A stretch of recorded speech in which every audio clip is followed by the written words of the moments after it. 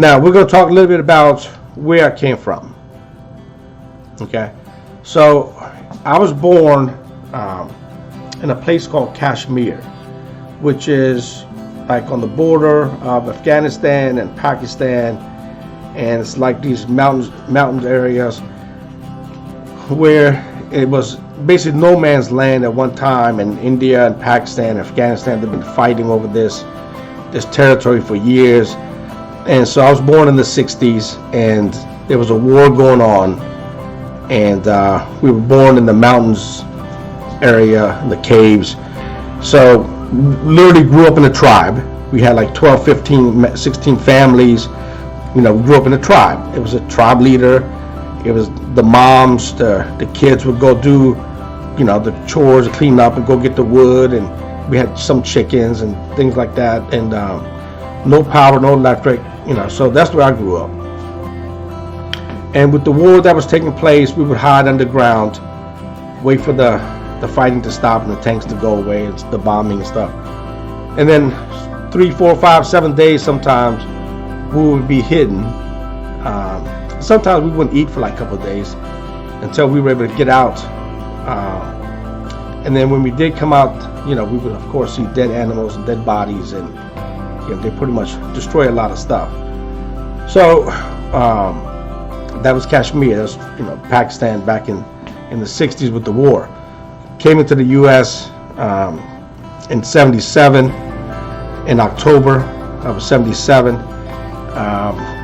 Didn't speak any English, didn't read, didn't write. It's a brand new world for me. So came here to the U.S. and literally, my dad was working with the embassy, and we were positioned at the D.C., Washington D.C. embassy. That's where my dad was stationed to do some work for a limited amount of time. So we ended up staying in D.C. For about 3 or 4 weeks in a hotel until there was an ambassador that was supposed to show us around to get housing and to get an apartment, to get a car, to get us, to kind of get us situated in this country. Well, anyway, he put us up in this hotel, and then the money went by really fast. My dad only came here with like $3,200, and the money was just depleted like quickly. So we had to get out of that hotel, went across town to Arlington, Virginia, over there on Columbia Pike and George Mason area, and got this, basically what people call the ghetto, the hood, whatever you want to call it, but it was just low income folks living there, and we had to get something. So we got a 2-bedroom, 1 bathroom, little apartment, about 700 square feet, 600 square feet, and so it was all of us cramped in there for years. And then so we had to get cash flow coming in. So the guy that was supposed to be helping my dad to kind of get situated in this country, and well, he used to deliver newspapers in the morning before he went to his job to the embassy in DC. So he got my dad a newspaper route. So we would get up and deliver papers and so on. But my dad had 5 kids, actually 6 kids. One of them died, and the 5th one was really little when he got here, so he couldn't work. So it was the 4 of us that were working. So my dad got a Pinto. If you guys remember a Pinto, it was like a 1963 Ford Pinto. We were using that to deliver papers. So we did that for many years. We would get up literally midnight and deliver the Barron newspaper, the New York Times, and then we would get the Washington Post and deliver that. So we would deliver thousands, literally like almost 1,100 to 1,300 papers before getting to school. Elementary school would start around 7:30, 8 o'clock in the morning. And so that's where most of the time we ate breakfast, because back in the 70s, they used to give you breakfast and stuff at school. So we would eat there and then, whatever, do the whole school thing. And then in the afternoon, there was an afternoon paper called the Washington Star. And so that would come out around 3 or 4 o'clock, and we would deliver that paper. And then We would wait for the homeowners to get home around 5, 6 o'clock, and then we would knock on their doors and collect our money for that 2 weeks or 1 week of delivering papers, and then gather the money. Then we would give it to my dad. He would do the accounting, and then give it to our newspaper manager, and then we would get paid.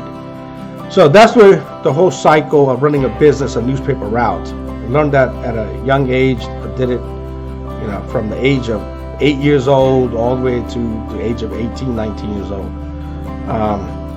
But as I got a little older and wiser, when I became like 11, 12 years old, then I always had money.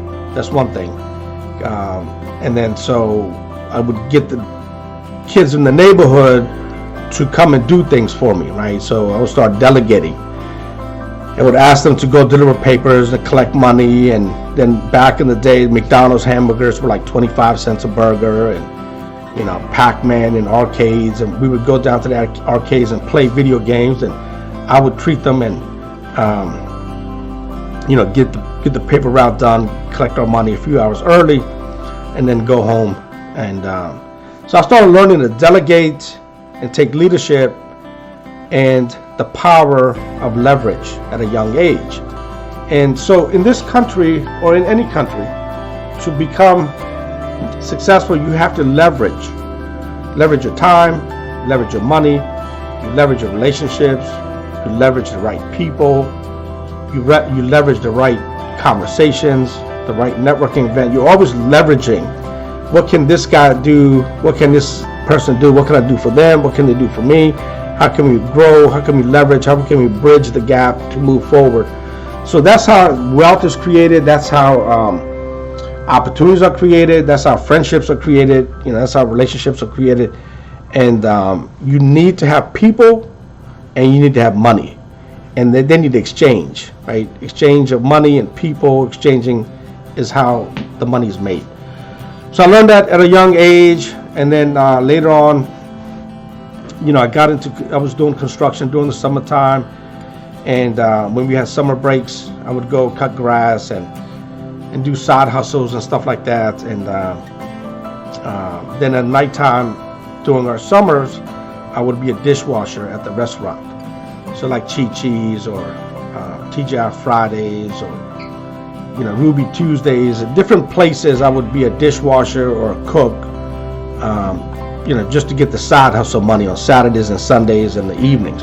So I've always made money, and always worked hard. And so I believe in working 15, 16 hours a day. Been doing that at such a young age. But I think the more you pour into something, the more you should be able to get out of it.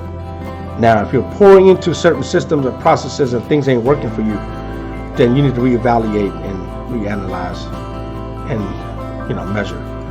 So came in this country, delivered the newspapers, got older, got into construction, and then out of high school I started working full-time construction. And the guy that I was working for basically had a company where he was doing brick work, like brick patios, brick retaining walls, brick driveways, barbecue grills, and brick, just a bunch of brick stuff and concrete stuff.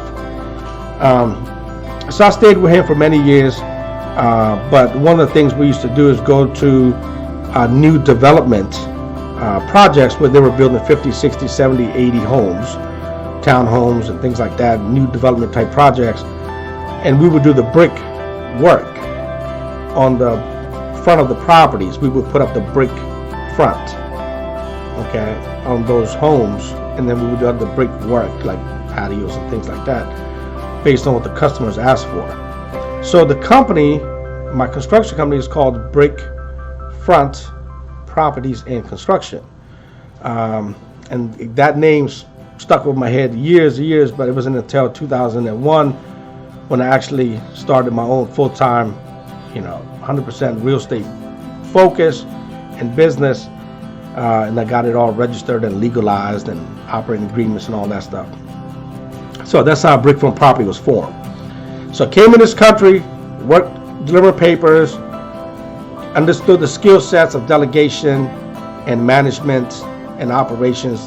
Like I would get Curtis to go over here. Hey Curtis, you listening, man? So Curtis is a friend of mine. We grew up since I've been in this country. So I would go have Curtis go over here, have Donnie go do over here, and have Sammy go over here, and then have Murphy and Ricky. So I would have people hitting multiple areas, and then we would all just meet at the same place and then go down to McDonald's or something like that. But the power of leverage of delegating and leveraging relationships is important, and that's how you're able to get a lot more done in the same 24 hours in a day. Delegation.